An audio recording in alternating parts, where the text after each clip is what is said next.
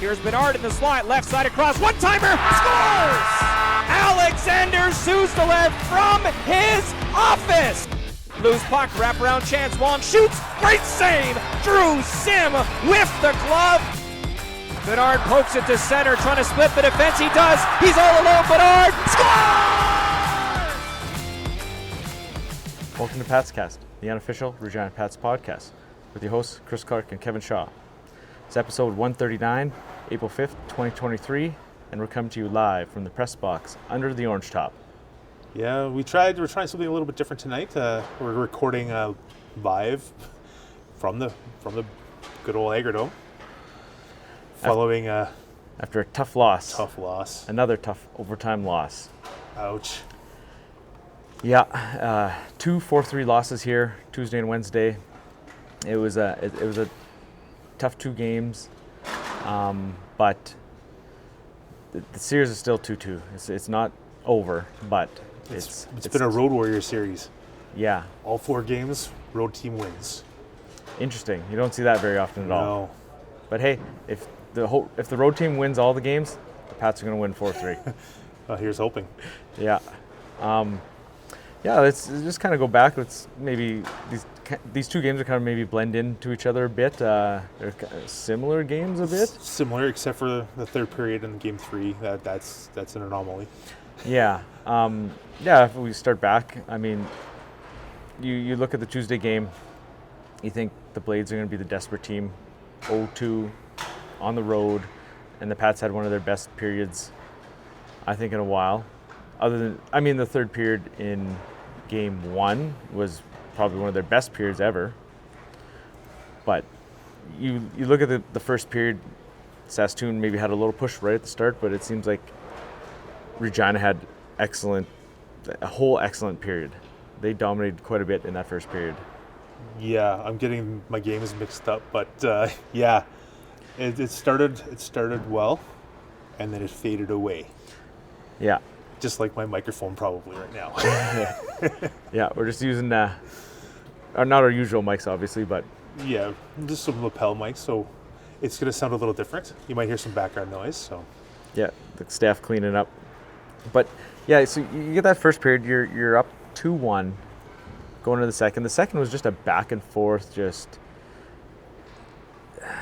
I don't remember, it didn't seem like there's a ton of good chances. I think this is for both games in general. It's the Pats' top line is clearly the best line on the ice.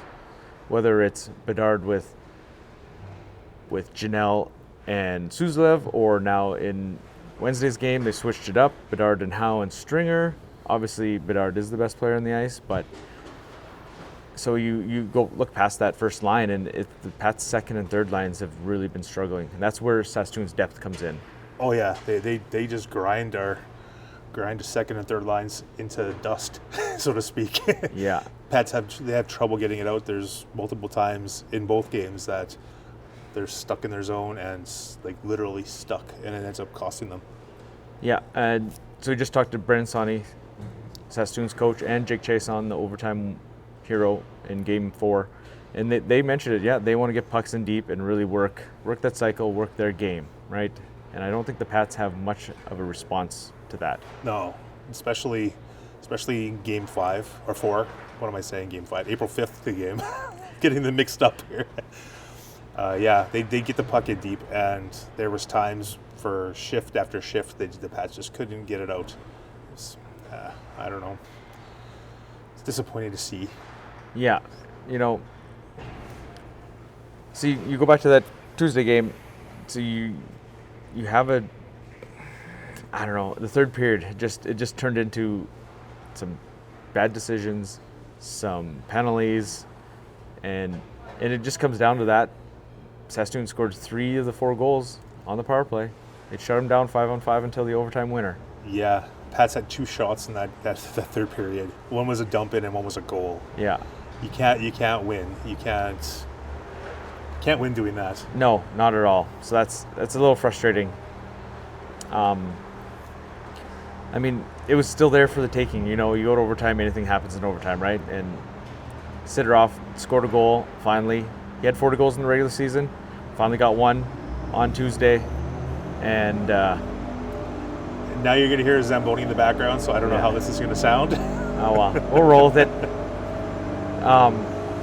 Then he makes a great play on Svozil, who stepped up his game, especially not only offensively but defensively. His game, he's got more physical.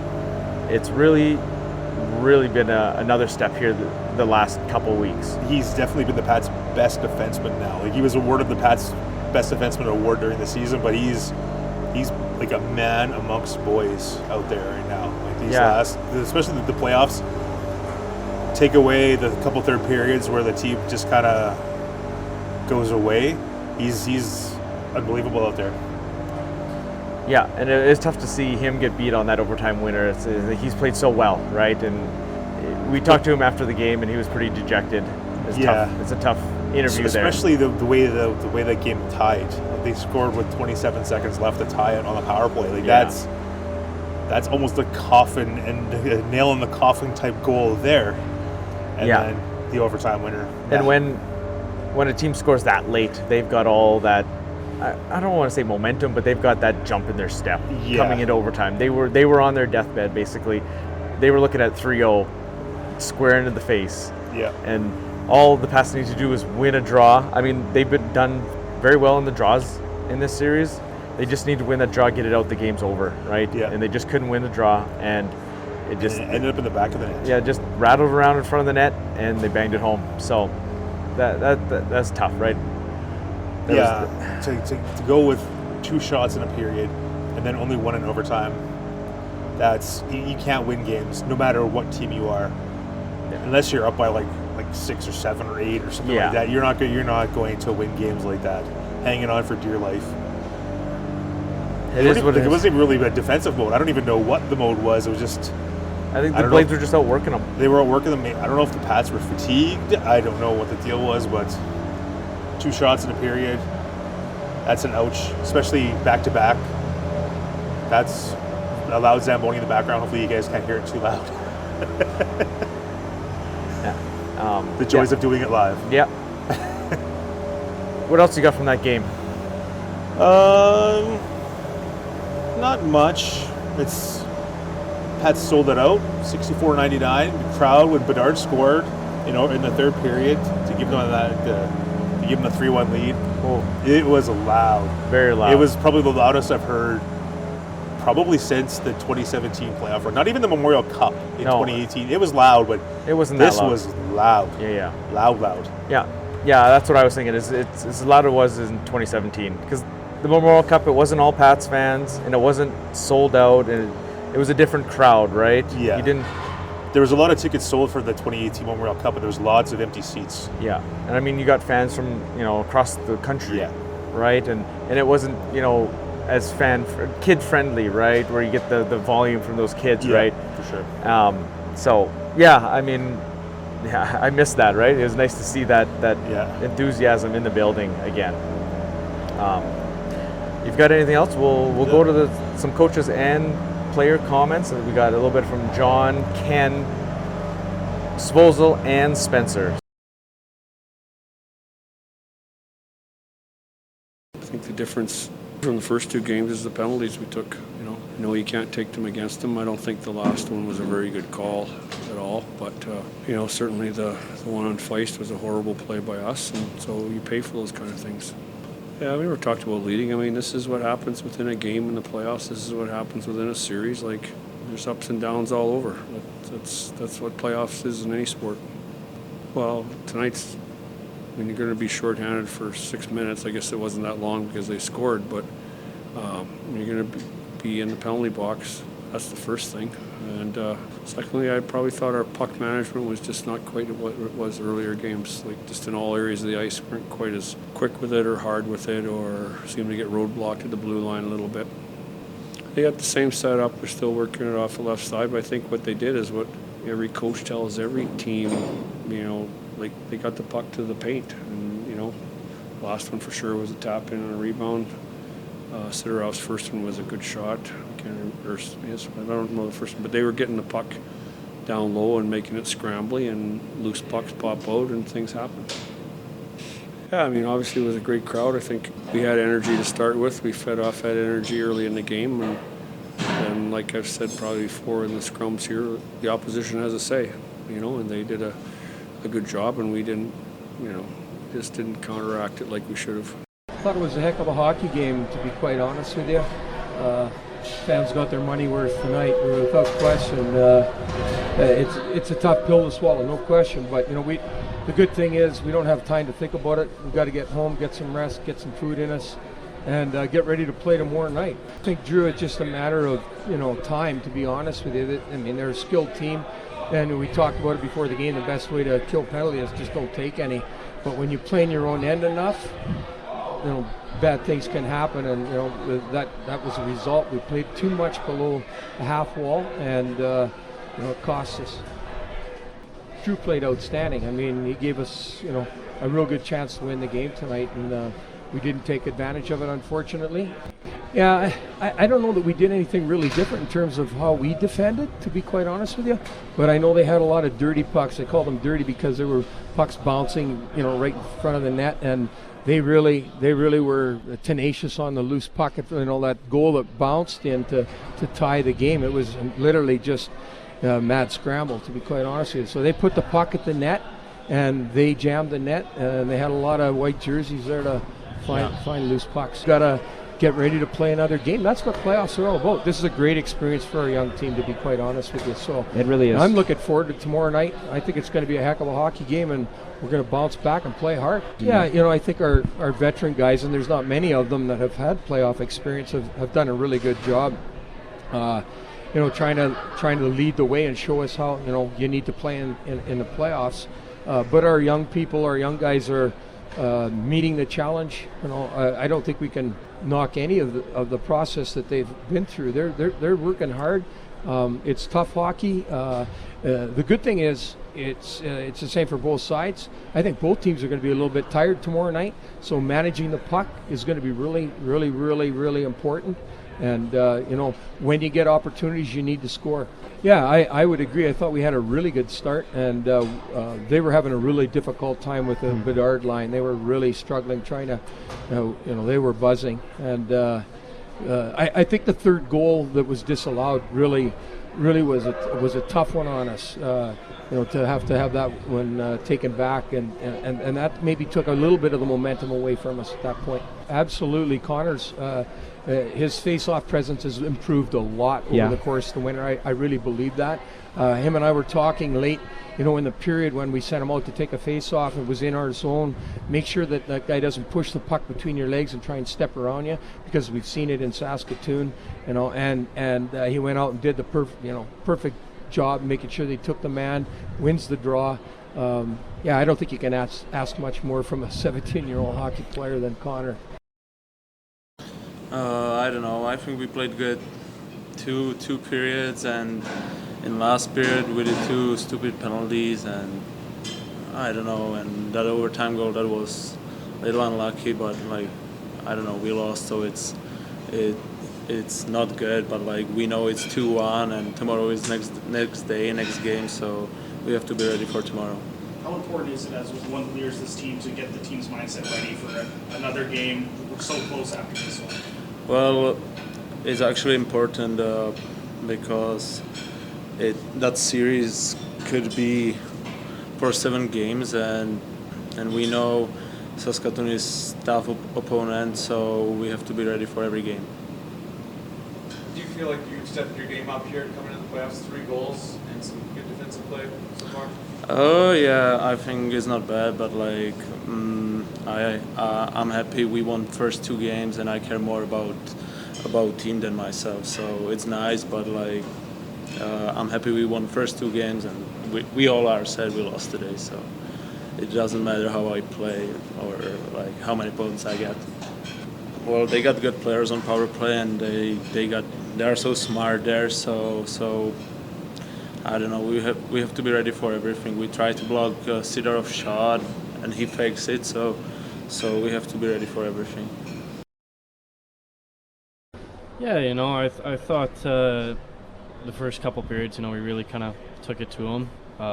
We kind of know the style that they play, and by coming out physical and being hard on the forecheck and kind of catching them by surprise was something that we kind of used to our strengths there. But coming to around the end of the game, we kind of let up for a bit, and Saskatoon's a good team. We got to give it to them, and they cost us.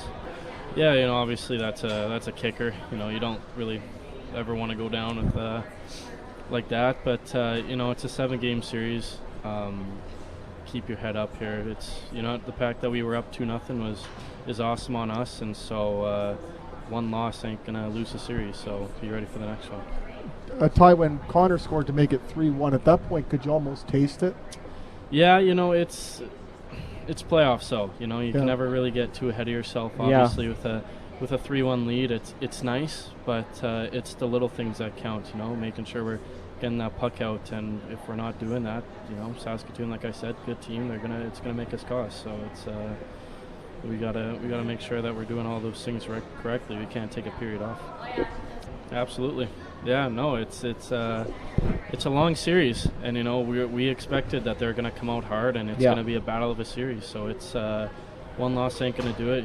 Keep our heads high here and be ready for the next one. Yeah, absolutely. He's been playing phenomenal. It's so nice having a goalie that you can trust back there, and the way he's playing, it's kind of affecting us up front. We all got to get going. He's been playing well, though, makes some huge saves for us, and it's been good for him. Yeah, absolutely. It comes down to simple hockey. Puck possession, getting the pucks deep, making those simple plays. You don't really realize how important it is, and it's something that I feel like the last couple of games here we've been good at, but obviously we're not done here yet. So it's a whole new game. It really is, and playing strong and being physical. The first game we came out and we out-physicked them. We hit lots, and we brought it to them. And I didn't think they were ready for that. And when we come out strong and we come out hitting and catch them by surprise, that's kind of what we use to our strengths to win those games. It's they've been really helping us out, especially in the room.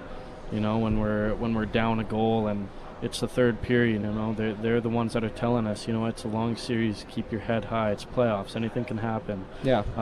Really supportive group from those guys. We are a young team, we are a little inexperienced in playoffs, and that's fine. But as long as we're playing our game and sticking to the plan and having that support on the bench and players on the ice talking, then we'll be fine.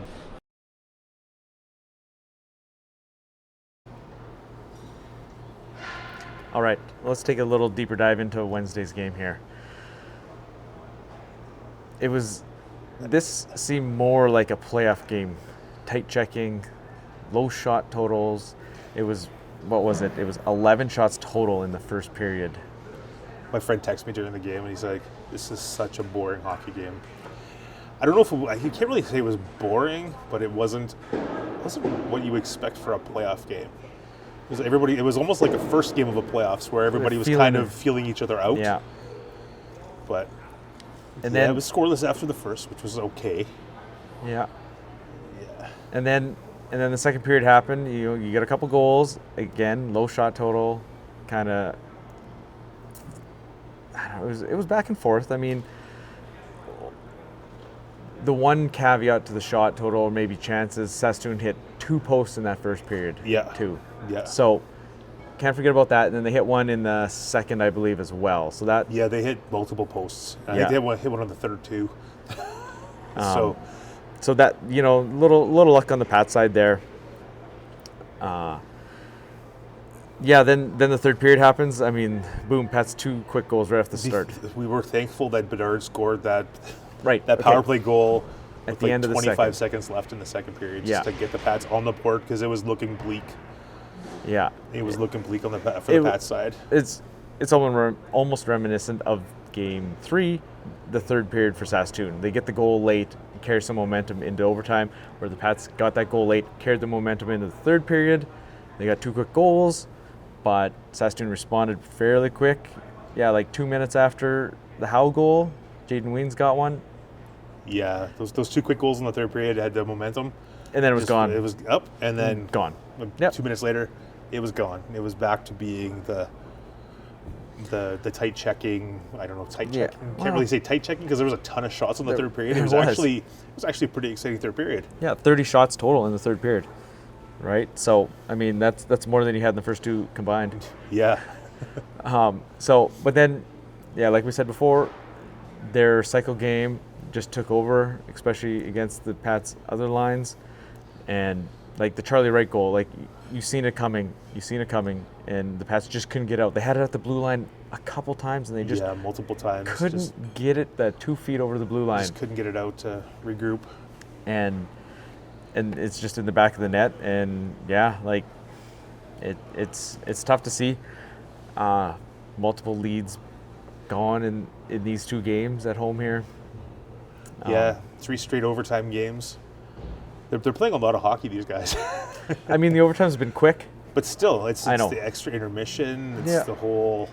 I can't remember game 3, but 5 minutes, 5:19 on Tuesday, and 7:20 tonight. 7:20, and it was only a couple minutes the first one, so it wasn't too bad. But still, 3 straight overtime games. That's that extra intermission, that extra time for them to have to get re-prepared to play hockey instead of going and eating and relaxing and doing their normal post-game rituals and stuff like that. Especially when you had the lead in the third period on both games. Yes. That's the tough part. Yeah. Right there.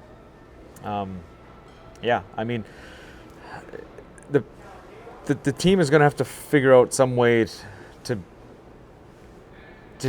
keep the lead and hang on to the lead. And and those other lines need to really figure their game out, right? Yeah. They need to figure out some way to generate some scoring chances, because it's been the top line. No matter who's with Bedard, it's been the top line only. But to go back to your point, the top line has changed now, so it seemed like the second line wasn't too bad in the third period tonight, but it kind of trickled through. I don't even know what 2 and 3 are anymore, right? It's kind of a mishmash now. So other guys are all over the place. The other line that's not Bedard.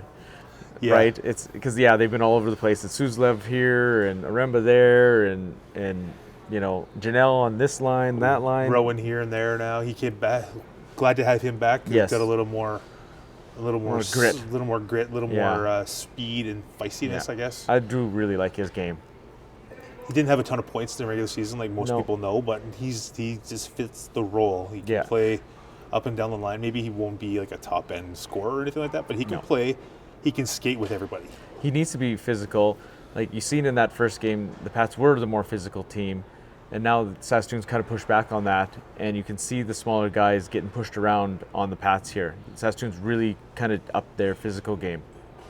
Yeah, they needed to, because they were down 2-0, and they needed to play more aggressive, more physical, to push the littler Pats forwards around. Like Saskatoon has a bunch of small forwards, but they're more physical, more gritty than the Pats guys are. So, yeah, you even see a guy like Sidorov. He's right in the middle of everything. Yeah, like you don't see that too often with imports, but he's got a grit to his game, definitely.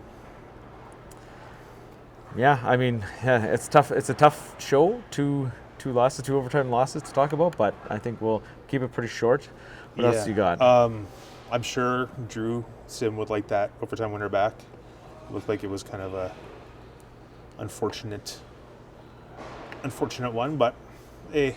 Yeah, he wasn't happy. He smashed his stick on the boards there, going off. Unfortunately. Yeah, it's too bad. I mean, he's been so solid all series long, all year long. You can't blame the goal on him. That's for sure. Still made what, 34 saves, 33 saves, 36, so 32 saves. Still. 38. So 34 saves. I mean, if they would have got 4 more shots, they would have won the game. Probably, yeah. Right? He's undefeated when he makes 38 saves. Yeah. So. Still carries a 906 save percentage in the playoffs. Yeah. To 2-2. I know. They have proven they can beat the Blades. They can play with the Blades. The last 2 games are overtime. Yeah. They know they can play against these guys. Yeah. So if they can somehow get the momentum from what they had in the first game and carry it over to Game 5 back in Saskatoon, they have a chance to take the series. But it's a new series. It's a best of 3 basically now. Yep. So, and Saskatoon has 2 home games. Yep. So they're gonna have to find find that, dig down, dig deep, find whatever they need to do to pull out a win. And if they pull out the win, they'll end up playing the mighty Winnipeg Ice. So yeah, I mean it is what it is. I mean, yeah, they're a juggernaut, but looks like Medicine Hat. We talked about it last show. Looks like Medicine Hat played with them a little bit, but I mean, they gave them a little bit of a fight. Like, they didn't win any games, but they outshot them. I think at least 3 of the 4 games. Yeah. But yeah, just Winnipeg's just got too much depth. Yeah, I mean that's pretty. It's going to be a pretty tough series no matter what. But hey, if you can get through Sasktoon, you won a round, you upset.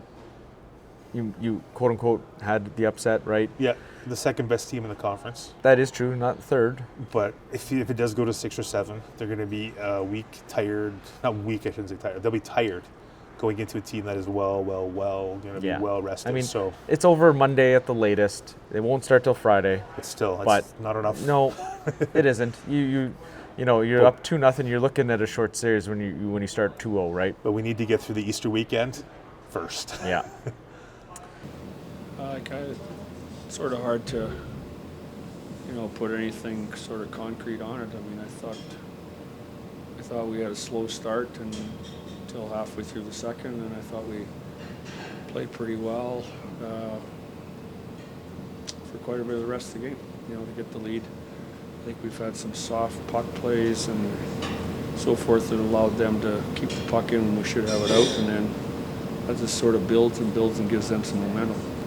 I think for us, we've been telling them all along before the playoffs started that, there's ups and downs, ebbs and flows, whatever words you want to put to it, within a game and within a series, and it's magnified because it's a playoff series. I mean, you have them in the regular season, but you're in Red Deer one night and the next day you're in Calgary at 2 o'clock. You don't have really time to think about them or get the rest or, clean up your game, sort of. So, it's playoff hockey. There's not much other way to describe it. It's a little bit different than regular season, or a lot different maybe. I don't know. We'll probably just go with the same as we finished with. I mean, I mixed them up because I didn't think, Connor's unit was getting it done, and him and Howie have played together an awful lot, and Strings is with them. So, and back in January, when Sam Oremba's game took off, it was Whitehead, him and Svozil went together third period in Calgary, and were a factor in 3 of the 4 goals we scored to come back and win the game, and they play together a lot. So it's just going back to some combinations that have been together quite a bit this year. What about Stan's game? He's really taken a physical element the last, maybe 3 weeks or so. It's really showing here in the playoffs. Yeah, his overall game has been outstanding, especially in the playoffs. And it's not just the points he's, racking up. It's a little more physical, and it's just a little bit better defending, period. Well, he scored a couple more goals in front of the net, in front of the crease there. Is that just comes down to winning the one-on-one battles in front of the net? Yeah, probably in position and getting the puck to the net. Like, you can't score them that's one thing that I don't feel that we've done, is get the puck just to the net from a bad angle or through a screen, and goalie has to make a save, and then the puck's lying in somebody's feet, and that's where they've done a better job than we have. Yeah, well, I don't feel we've been saying that all along. I don't feel we've got the puck to the net. I don't think we've, you don't want to miss the net or take shots from bad angles, but there's a time when you have enough time just to concentrate on getting it there, getting it in the goaltender's feet, or making him make a kick save. And, I think for a long time now,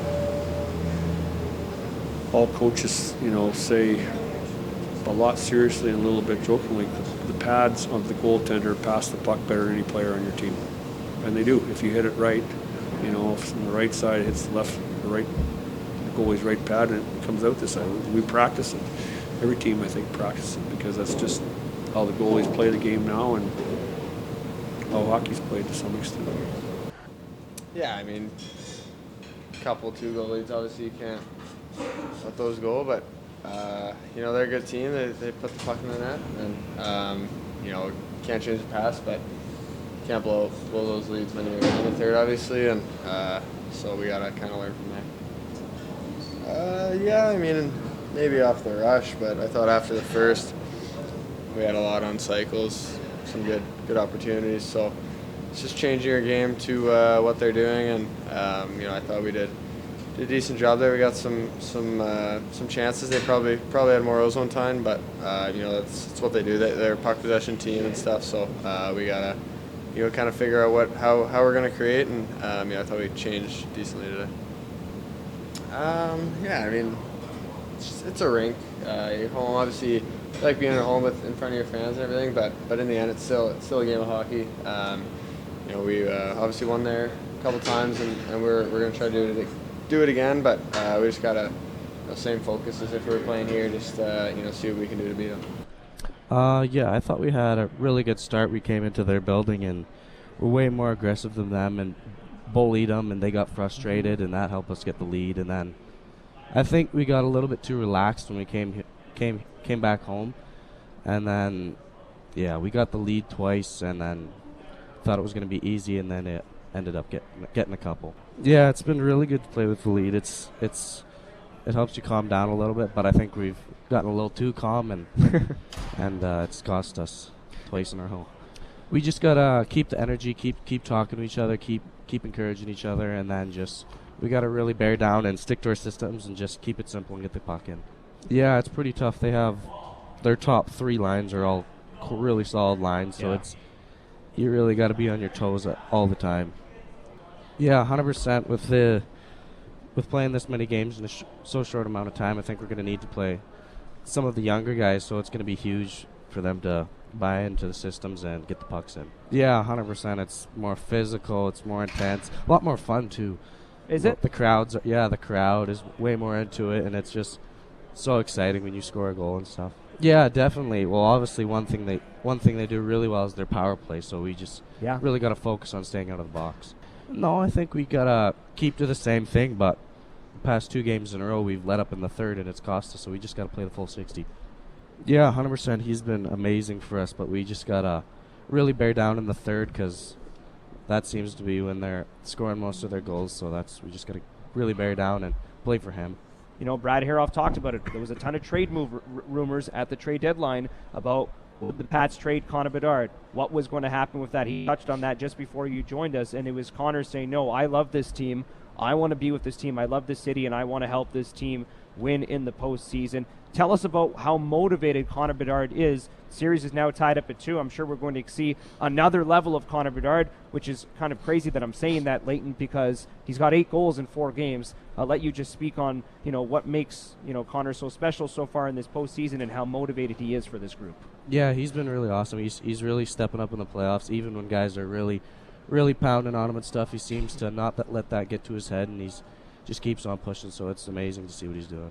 It's been awesome. I wasn't sure how he was going to do in the playoffs with guys so hard on him, but he hasn't been disappointing. He's been doing really well. And my favorite one was probably last game when he got slid right through those 2 D-men and stuff. It was awesome to see how hard he was working to get that goal. Yeah, they're just really chipping at him, giving him those little extra cross checks and stuff to try and frustrate him. But he's done really well to not let it get to his head and keep pushing. Just quick rundown. Moose Jaw swept Lethbridge. That's a little surprising. Yeah, that was. I thought that would be closer than that. Not 4 straight. Red Deer won tonight, so they're up 3-1 on Calgary. Seattle has swept. PG has won, so that's 2-2, I believe. Yeah, 2-2 there. So that's all the games from tonight. Kamloops is up 3-0. Everett's up 3-0. Portland's up 3-0 on Everett. And 2-2 Prince George Tri-City. So really, there's only 2 kind of series going on in this whole first round. The Regina and the PGTC series. The rest are going to be over pretty quick. Unless Calgary can bounce back, but I don't think they will. Yeah, I kind of hoping. Red Deer is just a little bit too much of a physical playoff built team. Calgary got the 1 game in Red Deer, and there's a little bit of chance. Calgary There's some hope. Calgary can squeak out somehow get a series win. The Pats, if they do win, would avoid Winnipeg. Yeah, that would have been the ideal situation. That would have been perfect. The Pats still got to win their series first. The hopes were high, and now they're not quite as high. Yeah, it's a little tough, but it's a brand new series, best of 3. Yeah, it's not over. Nowhere near being over. There's a minimum 2 more games. The 3 games is in overtime, so like I said, they can play with them. They're on par for a team that had 30 more points than the Pats, or 29 or whatever it was in the regular season. Yeah, a lot of people were saying that Saskatoon was going to walk over the Pats. Maybe Saskatoon took them a little lightly in that first game, and the Pats really punched hard first. Yeah, but Saskatoon has responded. They have responded, but the 3 overtime. It took them 2 overtime games. Yeah, no, for sure. And they were down, right? The Pats had the lead in both these games, and that's the tough part about this, right? Yeah, blowing the lead. It's very reminiscent of last season. Yeah, the team that just missed the playoffs. Just couldn't hang on to a regulation win. Yeah, and they end up losing in regulation. But it's not the end of the world. Nope. It's tied at 2, best of 3 left. We can hold our heads high, as the Pats can hold their heads high. Yeah. They played them hard. Games have been tight, decent-ish. Yeah, a couple bad third periods, blown leads and stuff like that. But that's hockey, especially for a team that's prone to blowing leads and stuff. So yeah, but hey, it's nice to see playoff hockey again. It's wonderful to have playoff hockey, and it's not a sweep. Yeah, for the other team or the Pats. So yeah, it's good, exciting playoff. I guarantee the Priestners and the Semples are happy because they're going to have 2 more, probably close to sell. Well, the Pats will have another sellout. Yeah, Saskatoon's going to have another 10, 12, plus, whatever, because it's the weekend. Yeah, long weekend. Friday. So. It's Friday night, so Good Friday, holiday. So, it could be a big crowd. And if it does happen to go to 7. And they got Monday, Easter Monday. Everybody's off school and stuff like that. So I guess kids are off school. Yeah, most of us got to work on Monday. Yeah, but kids are off school, so they have the kids' tickets up there. And yeah, exactly. Lots of kids in the crowd. Yeah, but yeah, it's sad that they lost. But hey, like I said, it's still they're still in it. Yeah. So Friday night in Sasktoon, you can catch us on Access again. We'll be on there. Yeah. I was hoping not to work on Friday night, but yeah, but hey, whatever. Get to work it. Yeah. So get to see our lovely mugs on Access. Yeah. So if you got Access, check us out. Check us out. And well, I think this will be this show here will be after Game 4, obviously, and then I think the next one will be after the series. Win or lose, Game 6 or Game 7, we'll wait till the series is over and sounds like another a plan. One. Yeah, I think we'll go with that. We'll wrap up the series, win or lose, and then we'll have a post season, a overall season wrap. Yeah, season wrap up. Maybe we'll get a couple guests maybe. Or two. Yeah, definitely. So with that, we should get out of here. I guess before we get kicked out. Yeah, and I'll throw some interviews from Game 4 in there somewhere. I don't know where I'm going to put that in. Didn't really throw to that one, but well, now that the Zamboni's not making as much noise, so hopefully it sounds a little bit better now. Yeah. But yeah, no, live from the Agrodome. So hopefully it sounds decent. Hopefully you guys enjoyed. Yeah, and have a good night. We'll see you at the rink on Saturday. Have a good one. Riley Janelle slides it up top. Here's Bedard, right side, drive, fires, score! Now, potential breakaway to the net. Great save, rebound, Stringer can't pounce on it. Zach Stringer from Bedard, shoots Van on rebound, scores! 8-4, Bedard has it. Left side in front, shoots the left, right side, one-timer deflected, scores!